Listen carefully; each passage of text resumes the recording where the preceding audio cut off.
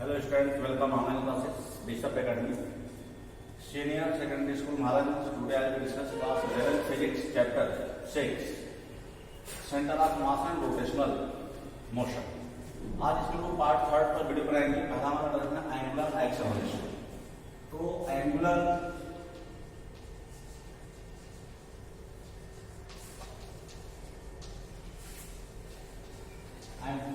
Acceleration, तो इसमें define किया है angular acceleration of an object in circular motion is defined as the time rate of change its angular velocity.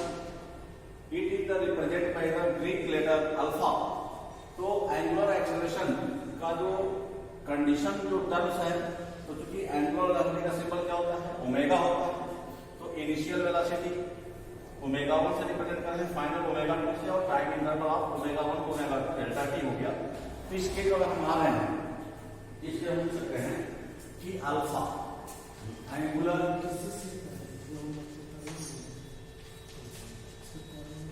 Acceleration alpha equal to change इन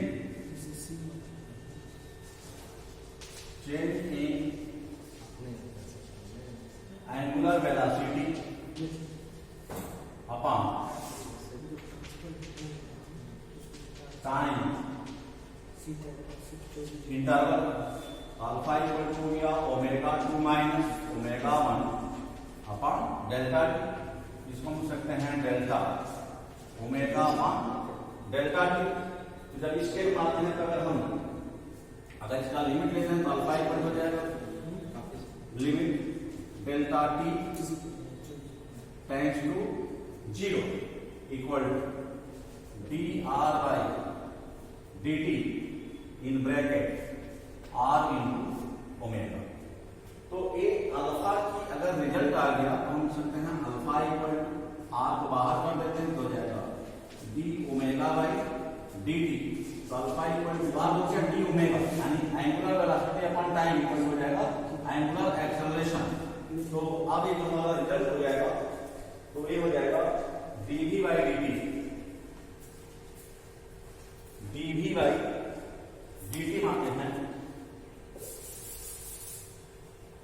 तो ये result हो जाएगा alpha equal to limit delta T tends to 0 dr by dt into r into omega. तो अब यहां से change करते हैं, तो हो जाएगा dr into d omega by dt। अब d ओमेगा बाई dt जो हम रिजल्ट आया है, तो इस रिजल्ट को हम रिप्रेजेंट करते हैं, तो हो जाएगा equal to D omega by D T into R, D omega by D T into R. ये हो जाएगा D omega by D T equal to alpha into R. ये हो गया हमारा linear acceleration of a particle be equal to product of angular acceleration multiply of radius of this circle. अब वो इसे लिखा है कि SI unit of alpha is radian per second square and its dimensional formula is LT minus 2 LP minus 2। Angular acceleration is a vector quantity. अब इसके बाद क्योंकि relation between angular acceleration and linear आ गया, तो हमने रिजल्ट यहाँ पे शो कर दिया है कि relation between angular velocity and linear velocity. तो उस केस को अगर हम सॉल्व भी करें, उस सॉल्व को हम लोग आसानी से ला भी सकते हैं, क्योंकि उसमें एक रिलेशन थर्ड हुआ था v equal to R into omega. तो वहीं से स्टार्ट किया हुआ है कि linear velocity equal to angular velocity multiply by radius.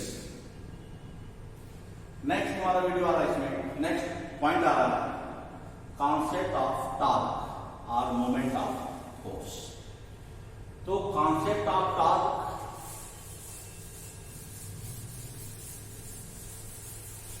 And moment of force में, क्योंकि ज्यादातर इसमें स्टेटमेंट है, तो स्टेटमेंट क्लियर लिखा हुआ है कि when we switch on a fan the centre of the fan remains unmoved while the fan rotate with an angular acceleration at the centre of mass of the remains at the rest the vector sum of the external force acting on the fan must be 0।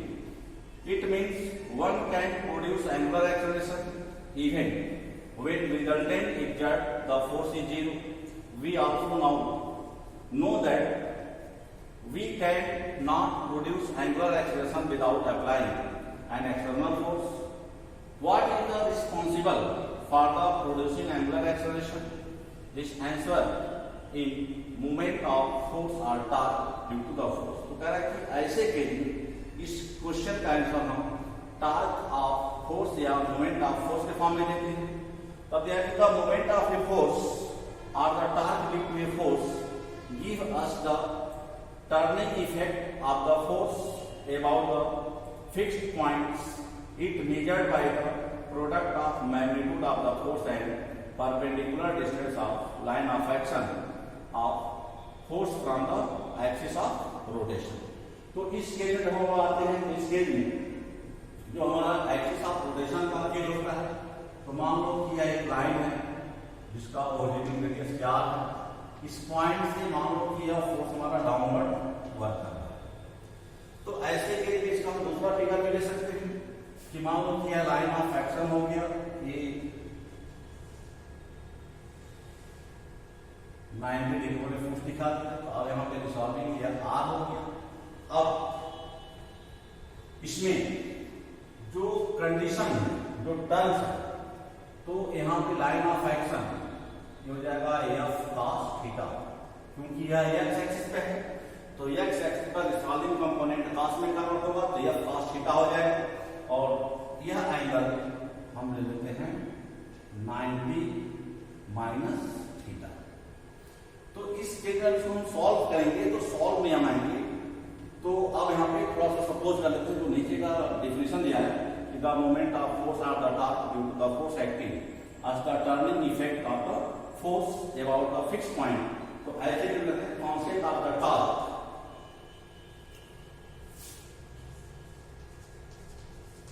Concept of torque. तो concept of torque में चलते हैं, जहां देखते हैं tau according to definition force into perpendicular distance यानी R into F, या इसको हम लिख सकते हैं वेक्टर के फॉर्म में आर एफ साइन थीटा. तो साइन थीटा आ गया. तो अब लिखते हैं if theta equal to 0 degree. तो जब थीटा हम 0 लेंगे तो हो जाएगा R F tau equal to R F sine 0, और साइन 0 टू कितना हो गया 0 हो गया, and that tau equal to 0 हो गया. अब हम लिखते हैं if theta equal to 90 degree, तो टाउ इक्वल हो गया आर एफ साइन 90, और टेबल में साइन 90 इक्वल क्या है 1 है, तो हो जाएगा आर इंटू एफ. और ये स्केल हो गया हमारा इस केस में, यानी जब हमारा फोर्स परपेंडिकुलर डायरेक्शन होगा उसके में हमारा टर्न क्या होगा मैक्सिमम होगा. तो इसमें हमको इतना ही टर्न शो करना था. और यह मेथड फार्मूला है, इसका फार्मूला हम रोटेशनल पार्टिकल यानी कोऑर्डिनेट प्रोसेस में यूज करते हैं. तो उसके लिए बस एक कॉन्सेप्ट है कि tau equal to R into F. अब यह आर इंटू एफ का कन्वर्जन कैसे होगा, अब इसकी यह नेक्स्ट वीडियो में आ रहा है, यानी नेक्स्ट पॉइंट पे आ रहा है कि expression for torque in the Cartesian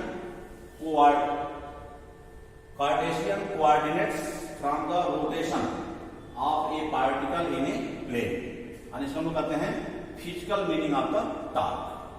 तो अब यहाँ पे जो कॉन्सेप्ट होगा, अब यह कॉन्सेप्ट इसका इंपॉर्टेंट होगा, इसलिए हमने tau equal to R into F का यूज किया.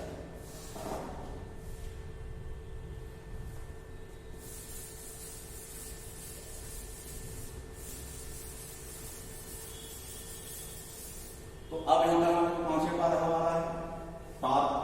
तो टॉर्क के फेज में आते हैं, तो पहले हम इसमें रोटेशनल फेज में आते हैं.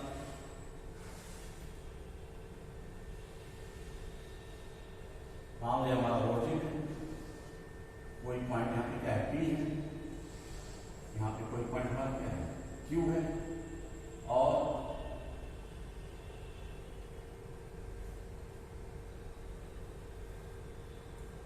ये इसका रिजल्टेंट है. मान लो कि पॉइंट P है जिसका कोऑर्डिनेट है x एंड y, और एक कोऑर्डिनेट O से पॉइंट P का पोजीशन वेक्टर r है. यह हमारा हो गया r प्लस डी आर, क्योंकि इसको हम डी आर डिनोट कर रहे हैं. मान लो यहाँ से और यहाँ से हम दो परपेंडिकुलर डिनोट कर रहे हैं, y एक्सिस और x एक्सिस। तो अब यहाँ हो जाएगा dy और एक पॉइंट होगा हमारा dx। अब इसमें रिसॉल्विंग आते हैं, तो अब इसमें रिसॉल्विंग का जो फेज है इस पॉइंट से हम इसका रिजल्टेंट भी प्राप्त करते हैं। रिजल्टेंट एफ है, इसका भी कंपोनेंट साफ होगा। अब ये कंपोनेंट होगा एफ वाई और ये क्या हमारा एफ एक्स। तो इतने अब इस टर्म को हम लोग सॉल्व करेंगे। तो इस टर्म पर जब हम आएंगे तो इस टर्म का रिजल्ट क्या है,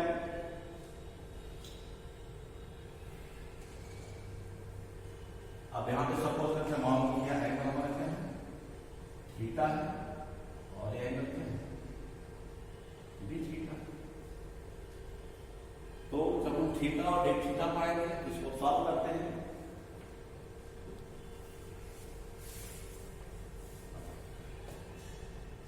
एंगल POQ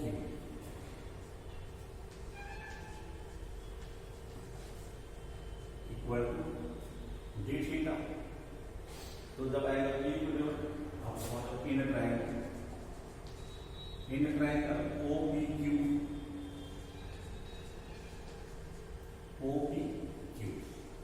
इसको हो जाएगा OP plus PQ vector OP plus PQ equal to vector OQ by triangle method. तो अगर हमें अब PQ निकालना है तो हम सकते हैं vector PQ equal to vector OQ minus vector OP जो हो जाएगा vector PQ equal to R plus DR minus vector R। इस तरह से वेक्टर PQ की वैल्यू वेक्टर DR के इक्वल आ जाएगी। R से R में रखा हो गया कैंसिल। जब ये कैंसिल हो गया तो जब PQ इक्वल टू हमने DR निकाल लिया है तो इसके बाद के रिजल्ट आते हैं। अब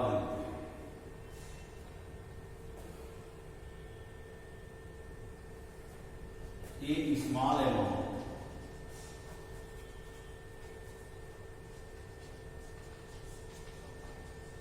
of work done in a rotation।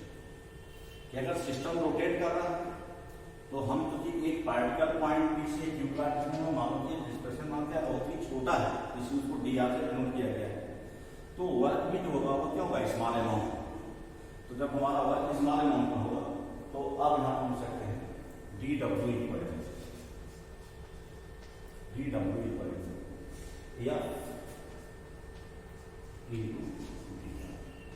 D work का फॉर्मूला होगी फोर्स इनटू डिस्प्लेसमेंट। तो फोर्स इनटू डिस्प्लेसमेंट की जब हम कितनी मान जाएंगे, अब यहाँ से इस वैल्यू को चेंज करते हैं इफ। अब चूंकि resolving from x to y हो रहा है यानी कंपोनेंट i टू j तक जा रहा है यानी वेक्टर फॉर्म है यूनिट वेक्टर में तो i j के फॉर्म में। तो अब रिसॉल्विंग की x से y तरफ हो रहा है, इसमें हमारा टर्म होगा वो चेंज होगा। तो अब लिखते हैं कि if f(x) and f(y) each are the component of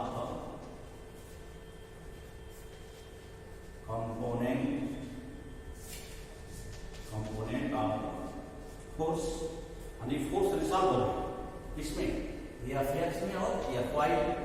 जब फोर्स कंपोनेंट रिसॉल्व हो गया तो अब आप सकते हैं तो dr को हम रिसॉल्व कर सकते हैं। तो f इक्वल टू लिख सकते हैं f equal to I cap f(x) plus j cap f(y)। तो r में हमारा रिसॉल्व हो जाएगा, तो r को हम रिसॉल्व कर सकते हैं dr को रिसॉल्व करें dr इक्वल हो जाएगा आई कैट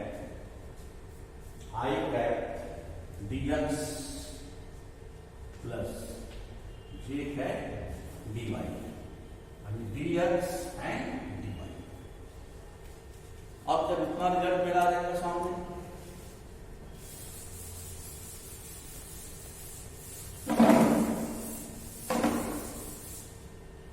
तो अब इसके बाद में आ जाएगा dw equal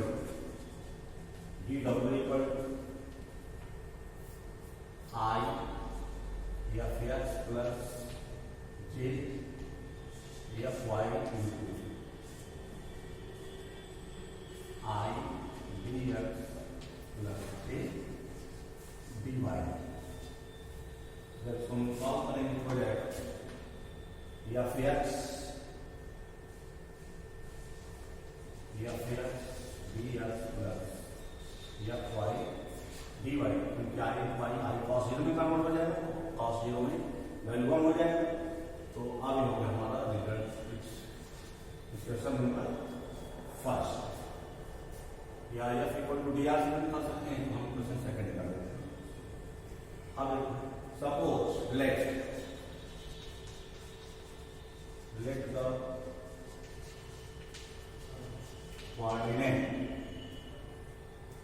coordinate of P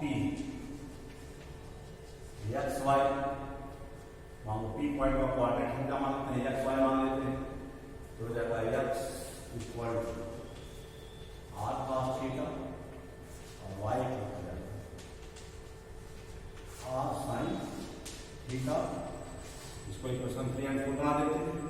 तो अब मान लेते हैं dx, यानी आप लिखते हैं differentiate with respect to theta, ये हो जाएगा dx by D theta equal to D by D theta in bracket r cos theta. Solve करेंगे तो r बाहर आ जाएगा, D by D theta in cos theta, ये हो जाएगा dx by D theta equal to minus r cos theta, cos theta.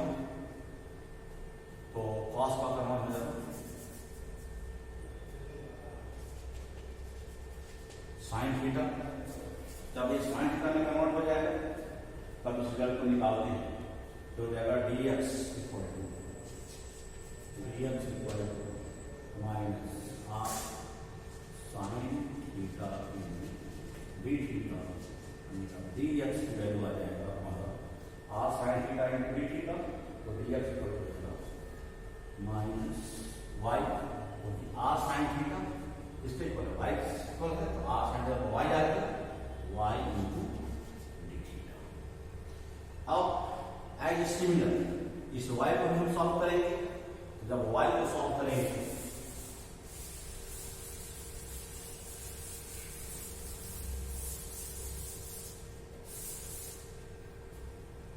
जब हम y को सॉल्व करेंगे तो हो जाएगा, अब हो जाएगा dy by D theta equal D by D theta in bracket y की वैल्यू आ गया r sin थीटा, तो r को बाहर करना है तो हो जाएगा D by D theta into sin theta हो जाएगा r इंटू cos थीटा, तो क्या dy by D theta equal r cos theta, dy equal r cos theta into D theta, तो हो जाएगा dy equal r cos theta, x को represent किया गया था x डी थीटा। अब ये जो dx और dy, हमें dx और dy जो आया है, अब इस रिजल्ट को पुटअप करेंगे फार्मूले में। जब हम फार्मूले में इसको पुटअप करेंगे तो रिजल्ट क्या आएगा इसका रिजल्ट आएगा dw फॉर्मूला क्या है, dw equal to F X, तो F X into minus Y D theta, और दूसरा जगह आया था plus F Y in bracket X D theta. जब इसको हम सॉल्व कर चुके हैं नेगेटिव टर्म हो जाए तो इसको लिख सकते हैं हम लोग। अब इसको लिखने के लिए थोड़ा सा कॉन्सेप्ट को चेंज करना पड़ेगा, तो हो जाएगा X F Y D theta, क्योंकि यह नेगेटिव से इसको बात माना चाहते हैं, तो X F Y D theta minus Y F X D theta. अब यहाँ पे X F Y minus Y F X D theta, चूंकि दोनों में आया हुआ है इसको हम कॉमन ले लेते हैं, तो हो जाएगा डी डब्ल्यू इक्वल, हो जाएगा D W equal tau into D theta, हो जाएगा tau equal D W by D theta.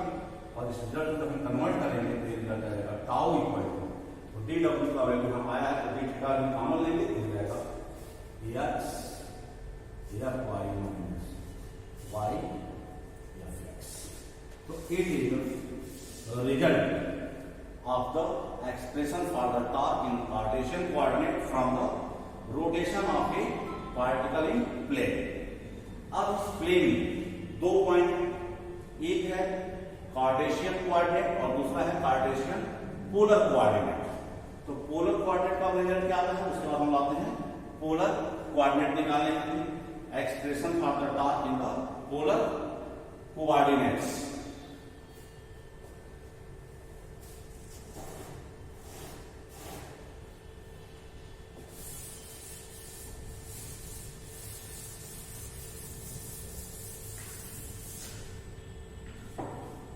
Torque in polar coordinate,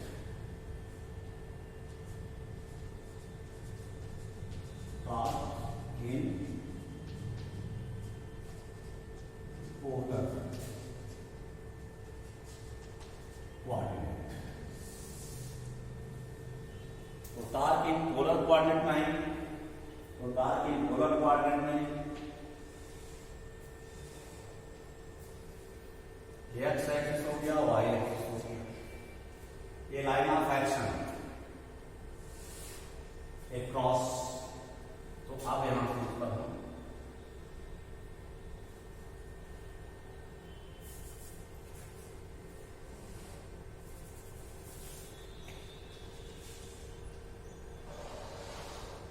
make here the angle of 90 degree, मान यहां 90 डिग्री बन गई। अब यहाँ पे लाइन ऑफ एक्शन दिखा रहे हैं, मान यहाँ पे पॉइंट वन या पी हो गया, यहाँ पे एंगल सेट कर रहा है, मान लिया थीटा है, यह फाई है और ये एंगल हमारा अल्फा। तो इस केस जब इसको हम सॉल्व करेंगे, suppose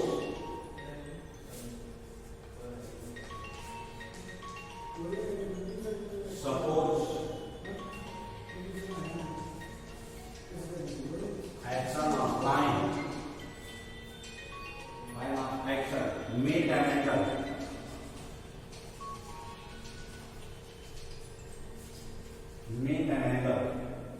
alpha.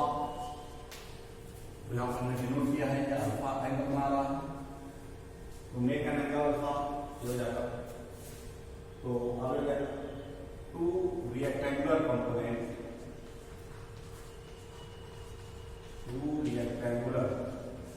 Component of force, ये हो जाएगा F X equal to F cos alpha, अब हो जाएगा F Y equal to F sine alpha. अब if X Y is the coordinate of point P, तो अब ऐसे ही बोल सकते हैं, ठीक है,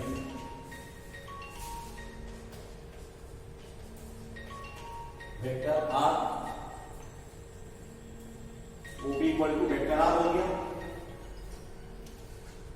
तो जब यह वेक्टर आर हो गया और एंगल यहां पर थीटा लिया हुआ है, तो आप हो जाएगा एक्स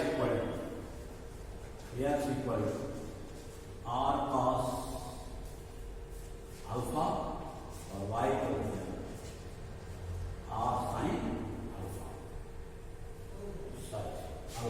थीटा, थीटा और थीटा। तो थीटा और थीटा में जब आ जाएंगे तो अब यहां पे रिजल्ट माना जाएगा। थीटा में जब आ जाएंगे हो जाएगा tau, tau equal to F Y minus Y F X. जो रिजल्ट आया था इसके पहले वाले फॉर्म में उस रिजल्ट आ रहे हैं, तो टाउ इक्वल हो जाएगा आर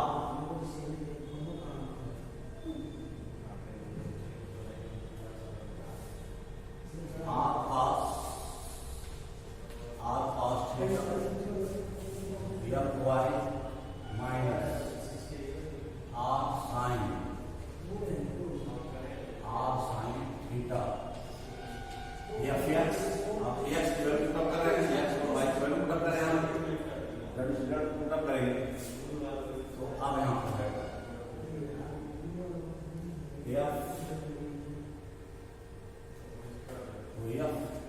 हो जाएगा R cos theta F sine theta minus R sine theta F cos।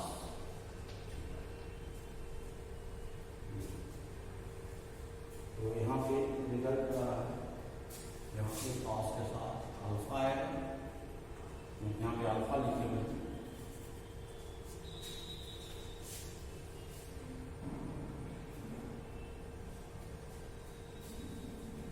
यहाँ पे हम एफ आर को बाहर करना तो ब्रैकेट मार जाएगा cos alpha sign theta minus sine alpha cos theta. अब इस रिजल्ट को हम कन्वर्ट करेंगे तो ये हमारा रिजल्ट आ जाएगा sine A cos b।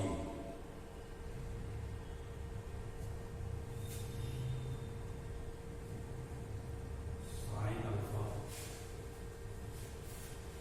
F Y minus F X.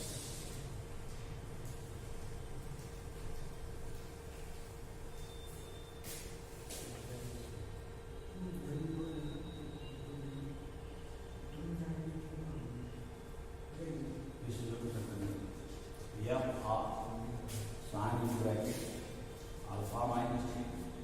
अब इस फिगर में मान लिया पॉइंट हम यस लेते हैं, हो जाएगा theta plus alpha equal to theta plus five plus alpha, हो जाएगा five equal to alpha minus theta. Exterior angle को यूज कर रहे हैं, sum of two angle equal to exterior angle. तो फाइव को निकालना है तो अल्फा से थीटा माइनस कर दें, तो इस रिजल्ट में जब आ जाएंगे तो अब ये रिजल्ट हो जाएगा हमारा टार्क, टाउ इक्वल टू, तो टाउ इक्वल टू फॉर्मूला जाएगा आर इंटू एफ, और यहाँ पे जो रिजल्ट आया था ये इसका डिफरेंस है, हो जाएगा साइन। तो अब यहाँ पे रोटेशनल टर्म क्या दो कंडीशन हो गया, पोलर कोऑर्डिनेट सिस्टम एंड तार की polar Cartesian. Thank you students watching this video. In the next video we will discuss the torque in components। यानी अगर टार्क का अपन निकालना हमको x एक्सिस पे निकालना है, y पे निकालना है या z पे निकालना है, तो they are discuss in the next video. Thank you.